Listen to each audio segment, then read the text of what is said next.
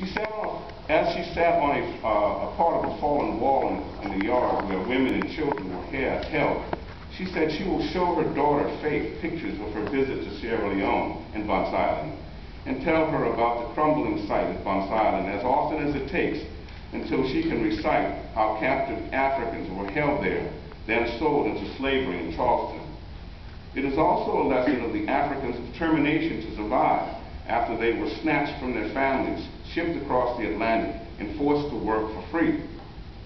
With that history, Mrs. Polite urged black Americans to, quote, "Be proud of who you are, because to come and survive this long, you are strong. Be proud and seek out your family. If you aren't already close to your family, get as close as you can. You'll never know when you will be separated." In 2005, I traveled with Wilson back to Sierra Leone after his first visit was in '97. He went back to Sierra Leone in 2005 to go back to Senegal and Angola and visit Bingu Jabati and her family. And Wilson in 2005 lived up to that pledge not to go back to Sierra Leone. The embassy said if he wanted to go back to Bunce Island, he could, but Wilson said he did not want to go back. He said, quote, "I will come back maybe later. It was such a sad place. It hurt me so hard. It will take me a while to recover." Each time I visited Bunce Island, I've approached the island with an emotional reluctance that one feels at a funeral, moments before you step to the open casket of a loved one.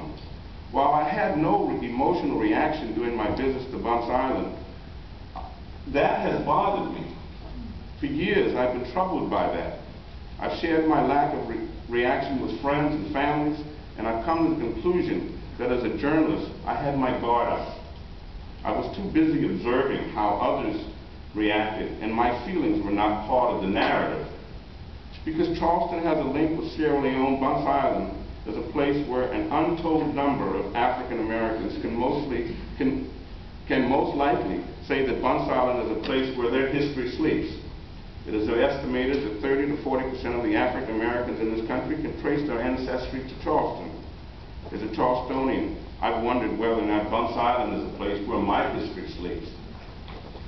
Coincidentally, Bunce Island has a connection with the place where I'm currently employed at Magnolia Plantation and Gardens. If you read the papers of Henry Lawrence, the ship Banff sailed from Bunce Island to Ashley Landing, not far from Magnolia. So my journalistic pursuits has coincided with